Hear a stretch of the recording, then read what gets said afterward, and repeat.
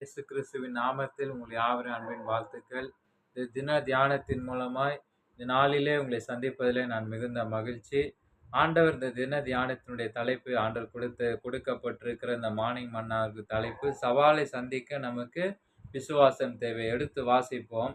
1 Samuel 2:30 என்னை கனம் பண்ணுகிறவர்களை நான் கனம் பண்ணுவேன் என்று ஆண்டவர் பேசினார். ஆனா பாபிலோனில் இருந்த அனைவரும் சிறைப்பிடிக்கப்பட்ட அந்த நேரம், மக்களும் மற்ற தேசத்திலிருந்து குடியேறிய மக்களும் ராஜாவின் கட்டளைக்கு மீறி பேச்சு நேபுகாத்நேசர் ராஜா பண்ணுவித்த பொற்சிலையை வணங்க கீழ்ப்படிந்த போதுதான் சாத்ரா மேஷ் ஆபேத்நேகோ ஆகிய மூவர் மட்டும் பயமின்றி நின்றிருக்கு. ஒரே காரணம், தங்கள் தேவன் தங்களது எல்லா சூழ்நிலைகளிலும் மேலும் அதிகாரம் உடையவைகள் என்று இருக்கிறார் அவர்களே விசுவாசித்து இதை கேள்விப்பட்ட நேபுகாத்நேசர் இன்னொரு தருணத்தை அவர்களுக்கு கொடுக்கிறார். அவர்கள் மறுத்தால் மரண தண்டனை நிச்சயம் என்று. அந்த சூழ்நிலை அவர்கள் தடுமாறவில்லை. யாரு? சாத்ரா மேஷ் ஆபேத்நேகோ தான்.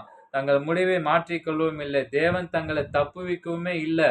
ஆனா அப்படியே தங்களை தப்புவிக்கப்படுகிறவர்களை போனாலும் தங்கள் அந்த பொற்சிலை வணங்குவதில்லை என்று அவர்கள் கூறினார்கள். மெய்யான விசுவாசம் கூட்டத்தை திருப்திப்படுத்துவதோ, கூட்டத்தை மிரட்டலுக்கு பயப்படுவதோ, மூட பழக்க வழக்கங்களை கீழ்ப்படிவதோ அவர் முழுமையான நம்பி சூழ்நிலைகளெல்லாம் அவரிடத்தில் ஒப்படைத்து ஒரே முறை அந்த சிலைக்கு முன்பாக அவர்கள் வணங்கியிருந்தால் அவர்களது ஐக்கியம் முறிந்து போயிருக்கும். அப்படி செய்யாததுனால கர்த்தர் அவர்களது விசுவாசத்தையும் ஆண்டவர் தருகிற அந்த அர்ப்பணிப்பையும் கனப்படுத்தி 7 மடங்கு சூடாக்கப்பட்ட அந்த சூளைக்குள் அவர்களோடு என்ன பண்ணாரு?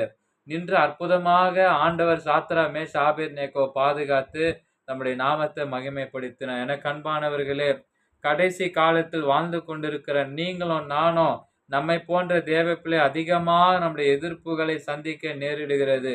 கிறிஸ்துவுக்காக வைராக்கியமாக நிற்பதற்கு நமக்கு அதிக கிருபை, ஜபம் மற்றும் துணிச்சலோடு விசுவாசம் தேவைப்படுகிறது நமக்கு. அதை நம் ஆண்டவரிடத்தில் கேட்டு பெற்று எதிர்ப்புகளையும் சவால்களையும் சந்தித்து மேற்கொள்ள நம்ம வாழ்ந்து காட்டுவோம். நாம் ஜெபிக்கலாம்.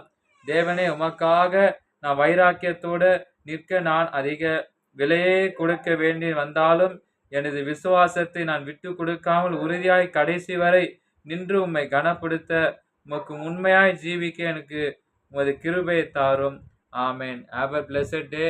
God bless you. கர்த்தர் தாமே உங்களை ஆசீர்வதிப்பாராக. ஆமேன்.